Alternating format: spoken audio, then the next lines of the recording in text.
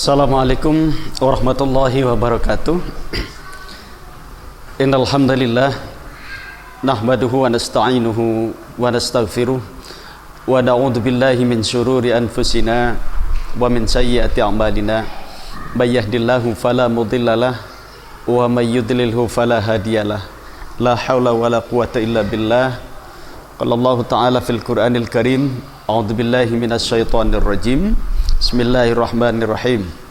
Syahrul Ramadan alladzi unzila fihil Qur'an hudal linnasi wa bayyinatin minal huda wal furqan. Al-ayah. Allimu auladakum ghaira ma 'allimtum fa innahum khuliqu li zamanin ghaira zamanikum. Amma ba'd. Bersyukur kehadirat Allah Subhanahu wa taala. Alhamdulillah kita bisa bertemu dengan bulan Ramadan yang bahasa Nabi itu rahmat, kemudian maghfirah dan itqum minan nar, itu berada di bulan puasa. Di saat banyak orang yang merindukan ingin bertemu dengan bulan Ramadan, tetapi tahun yang lalu, sebulan yang lalu atau beberapa hari yang lalu dipanggil oleh Allah Subhanahu wa taala, kemudian tidak bisa bertemu dengan bulan Ramadan ini. Sehingga mudah-mudahan kita yang diberikan kesempatan bertemu dengan bulan Ramadan ini mampu memanfaatkannya dengan baik, dan tentu kita melaksanakan ibadah puasa di siang harinya dan malam harinya kita melakukan qiyamul lail. Sehingga dengan dua kegiatan ini mudah-mudahan seperti yang disampaikan oleh Rasulullah sallallahu alaihi wasallam, Syahrul Ramadan syahrun kataballahu alaikum siyamahu wa sanantu alaikum qiyamahu faman somahu wa qamahu imanan wa ihtisaban kharaja min dunubihi kayaumin waladathu ummuhu. Ini garansi dari Rasulullah. Bulan Ramadan, bulan yang siang harinya kita diwajibkan untuk melaksanakan ibadah puasa, dan malam harinya kita disunahkan untuk melaksanakan qiyamul lail, salat tarawih. Faman somahu wa qamahu imanan wa ihtisaban. Kata Nabi, barang siapa yang siang harinya berpuasa, malam harinya kemudian dia qiyamul lail dengan dasar iman dan penuh perhitungan kepada Allah, ihtisab, maka jaminannya adalah kharaja min dunubihi kayaumin waladathu ummuhu. Kita akan keluar dari bulan Ramadan ini dalam keadaan suci, dalam keadaan bersih, dalam keadaan fitrah. Itu kenapa selesai melaksanakan ibadah puasa sebulan penuh ini, kita kembali dalam keadaan fitrah yang kemudian disebut dengan Idul Fitri. Kembali dalam kesucian, kembali dalam fitrah, kembali kepada kejadian asal, bukan kembali kepada kebiasaan asal. Kejadian asal kita adalah fitrah, dilahirkan dalam keadaan suci.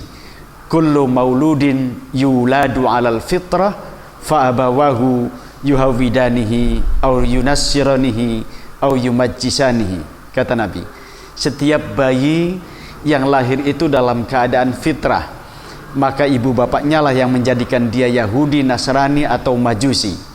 Artinya setelah melaksanakan ibadah puasa ini, kita insya Allah beridul fitri, kembali lagi dalam keadaan fitrah.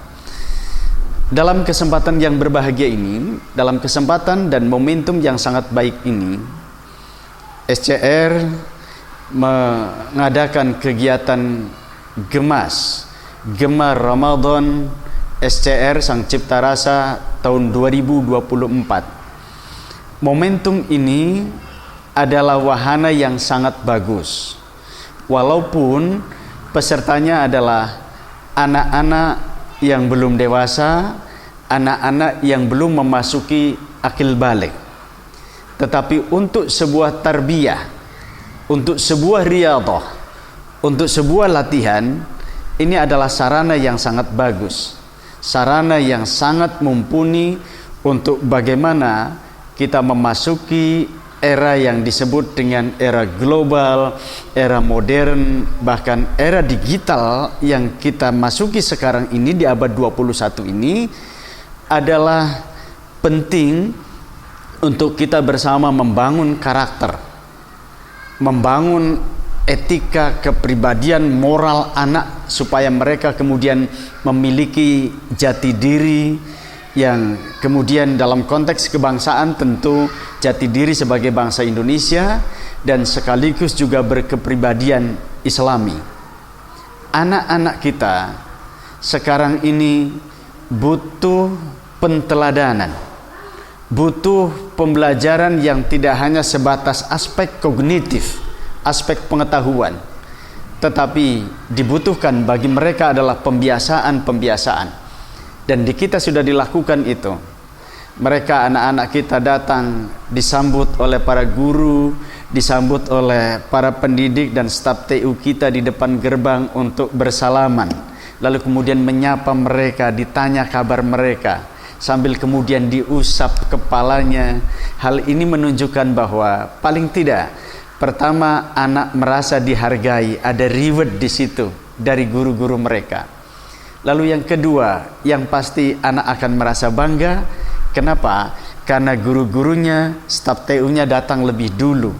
Dan ini adalah bukti penteladanan, kedisiplinan yang dilakukan oleh para guru, para staf yang ada di lembaga pendidikan Sang Cipta Rasa ini. Ini penting, walaupun sangat sederhana. Ya, apalagi sekarang kita memasuki bulan Ramadan, bulan puasa. Ini momentum yang bagus untuk anak-anak kita supaya mereka belajar, supaya mereka dilatih. Walaupun syarat puasa itu salah satunya adalah akil balik. Artinya mereka tidak sah untuk melaksanakan ibadah puasa kalau belum balik. Tetapi untuk sebuah proses pembiasaan, saya kira ini sebuah wahana yang sangat bagus, yang sangat luar biasa. Saya ingin meminjam bahasa Profesor Dr. Zakia Darajat. Apa yang kita lakukan di hari ini ketika anak-anak sudah dewasa, sudah menginjak usia remaja, dewasa, itu mereka akan melakukan perbuatan-perbuatan yang baik, perbuatan-perbuatan yang dibiasakan, dan itu dimulai dari ketika mereka masih anak-anak. Jadi kalau kemudian ketika masa kanak-anak mereka dibiasakan untuk berbuat yang baik, mereka dibiasakan untuk belajar berpuasa gitu misalnya dalam konteks ini, maka ketika dia memasuki remaja, ketika mereka memasuki dewasa, akan terbiasa melakukan kegiatan puasa ini, riyadhah puasa ini. Ada hal yang sangat menarik saya kira dalam konteks puasa yang kemudian coba kita korelasikan dengan anak-anak kita. Saya rasanya cukup penasaran untuk kemudian menyampaikan ini ya kepada siapapun. Ketika saya baca fiqhud dakwanya Muhammad Nathir, memfragmentasikan cerita anak gembala yang begitu menarik. Anak gembala ini belum dewasa, belum remaja, tapi masih anak-anak. Dia menggembalakan kambing majikannya. Kambingnya sangat banyak. Ketika di padang menggembalakan kambingnya, lalu kemudian Khalifah Umar datang bertanya kepada anak gembala ini, "Nak, ini kambing siapa?" Gembala itu kemudian menyampaikan, "Ini kambing-kambing tuan saya." Lalu ada berapa? Banyak sekali, tidak bisa saya hitung. Lalu kemudian Khalifah Umar menyampaikan, "Baik, kalau begitu jual saja kambingmu satu kepada saya." "Tuan, tugas saya bukan untuk melakukan transaksi jual beli, karena kambing ini milik tuan saya dan saya hanya bertugas untuk menggembalakan kambing ini." Ya sudah, kalau begitu. Yang kedua kalinya Umar mengatakan, "Sudah, jual saja satu kambingmu kepada saya. Bilang saja kepada majikanmu, satu kambingmu dimakan oleh serigala." Selesai persoalan. "Tidak tuan, tugas saya bukan untuk itu." Lalu yang ketiga kalinya ketika Umar mendesak dengan pertanyaan yang sama, lalu dijawab oleh anak gembala ini, yang jawaban itu hanya 2 kata, tetapi 2 kata itu cukup bagi Umar, bulu kuduknya berdiri dan merinding. Apa yang dikatakan oleh anak gembala ini? Ketika ditanya oleh Umar, "Nak, jual saja kambingmu 1 kepada saya. Bilang kepada majikanmu, kambingmu sudah dimakan 1 oleh serigala." Lalu anak ini kemudian menjawab 2 kata yang tadi saya sampaikan. Fa'aina Allah. Lalu di mana Allah Subhanahu wa taala? Cukup 2 kata itu. Seolah-olah anak gembala ini ingin mengatakan, "Tuan, boleh jadi Tuan melakukan transaksi di sini dengan saya untuk jual beli kambing ini. Majikan saya yang ada di rumah tidak melihat apa yang saya lakukan. Tapi apakah Allah tidur saat ini? Allah tidak melihat apa yang kita lakukan. Allah tidak memonitoring apa yang kita lakukan sekarang ini." Itu cukup bagi Umar merinding, bulu kuduknya berdiri, lalu kemudian buru-buru membopong anak gembala ini, dibawa di hadapan majikannya. Anak gembala ini lalu kemudian di hadapan majikannya, Khalifah Umar mengatakan, "I'taqadka fid dunya hadhil kalimah wa arju an tutiquka yaumal qiyamah." Nah, kamu saya merdekakan dari perbudakan di dunia ini gara-gara kamu mengatakan fa'aina Allah. Di mana Allah Subhanahu wa taala? Lalu yang kedua Umar mengatakan, engkau juga saya merdekakan. Kelak di akhirat kamu akan dalam keadaan merdeka gara-gara kamu mengatakan fa'aina Allah. Di mana Allah Subhanahu wa taala?